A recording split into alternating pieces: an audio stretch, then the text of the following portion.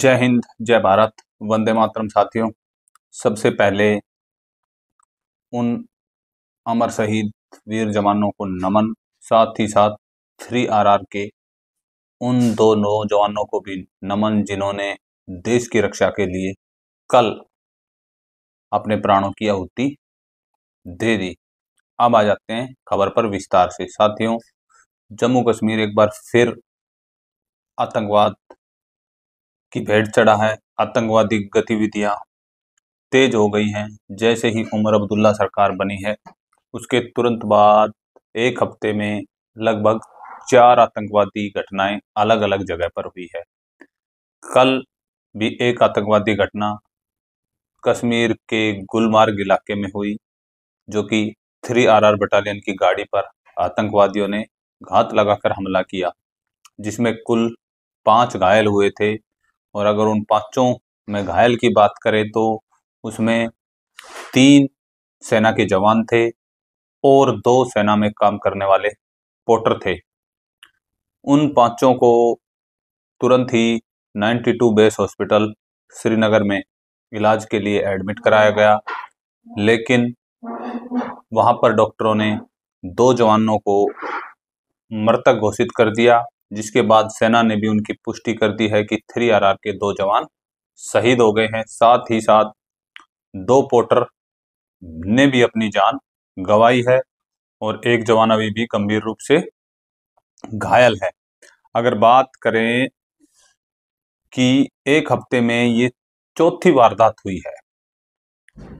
लगातार घाटी में जो बाहर के लोग इस समय काम करने के लिए जाते हैं, उनमें भी दहशत बनी हुई है। क्योंकि अगर बात कर लें, 24 अक्टूबर को बारामूला में 3RR की गाड़ी पर आतंकी हमला, और 24 अक्टूबर को ही सुबह पुलवामा में गैर कश्मीरी को गोली मार दी गई। 20 अक्टूबर को गांदरबल में आतंकी हमला, जिसमें 6 लोगों की मौत हुई थी। और उसके बाद 18 अक्टूबर को शोपियां में मजदूर को गोली मारकर हत्या कर दी गई। तो जैसे ही उमर अब्दुल्ला की सरकार बनी है, उसके तुरंत बाद अचानक से आतंकवादी गतिविधियां भी बढ़ गई हैं।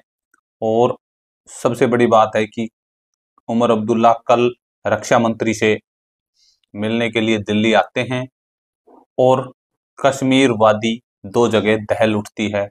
एक जगह सिविलियन को गोली मार दी जाती है, दूसरी जगह पर सेना के वाहन पर घात लगाकर हमला किया जाता है। इस पर ऐसा नहीं है कि उमर अब्दुल्ला जी ने चुप्पी साधी है। उमर अब्दुल्ला जी ने भी अपने ट्विटर अकाउंट पर लिखा है, उन्होंने लिखा है कि जम्मू कश्मीर के अंदर जो ये आतंकवादी दुर्घटना हुई है वो दुर्भाग्यपूर्ण है और उसकी वो बड़ी निंदा करते हैं। उत्तरी कश्मीर के बोटा पथरी इलाके में जो कल सेना के वाहन पर हमला हुआ, वह बेहद ही दुर्भाग्यपूर्ण है, जिसके परिणामस्वरूप कुछ लोग हताहत और घायल हुए हैं। कश्मीर में हाल ही में हुए श्रृंखलाबद्ध आतंकवादी हमलों के लिए वो गंभीर हैं और बहुत ही गंभीर चिंता का विषय है। मैं इस हमले की कड़ी शब्दों में निंदा करता हूं और अपनी जान गंवाने वाले लोगों के परिजनों के प्रति अपनी संवेदना व्यक्त करता हूं।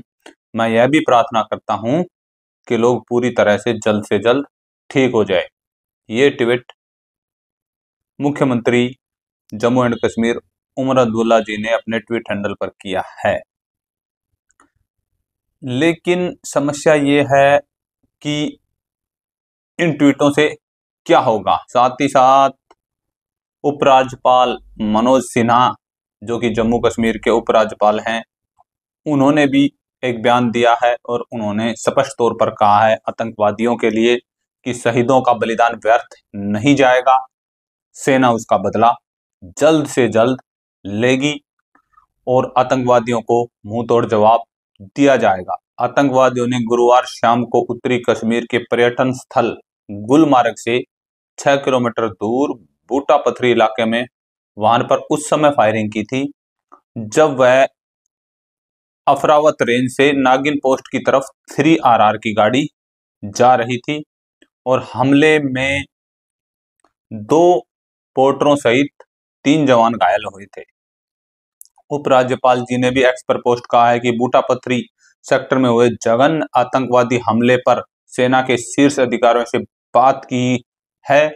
आतंकवादियों को ढेर करने के लिए त्वरित और मुंहतोड़ जवाब देने के दिशा निर्देश दे दिए गए हैं। अभियान जारी है, हमारे शहीदों का बलिदान व्यर्थ नहीं जाएगा। उनके परिवारों के प्रति संवेदना है। घायलों को अति शीघ्र स्वास्थ्य होने की प्रार्थना करते हैं। तो साथियों, ये एक बड़ी बात है कि अभी से कुछ दिन पहले भी गंदरबल में 7 लोगों की हत्या कर दी थी। हाथ में बंदूक लहराते हुए गंदरबल में आतंकवादी दिखाई दिए थे। तो एक बार फिर से जम्मू और कश्मीर में आतंकवादी गतिविधियां बढ़ गई हैं। सरेआम आतंकवादी हत्याएं करने लग गए हैं।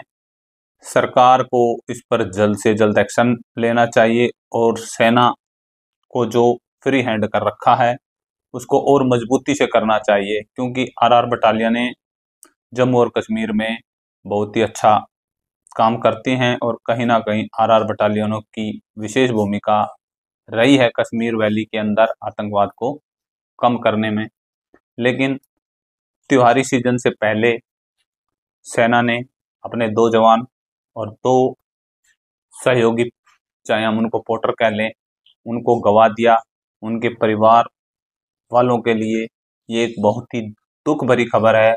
जहां पूरा भारतवर्ष दीपावली की शुभकामनाएं देने में लगा हुआ है, वहीं पर सेना ने अपने 2 जाबाज जवानों को खो दिया। फौजी न्यूज़ 24 उन्हें दिल से सैल्यूट करता है और हम भगवान से प्रार्थना करते हैं कि इस दुख की घड़ी में उन शहीद परिवारों को यह दुख सहन करने की शक्ति प्रदान करें। अभी के लिए इतना ही, आगे के वीडियो में फिर मिलते हैं, तब तक के लिए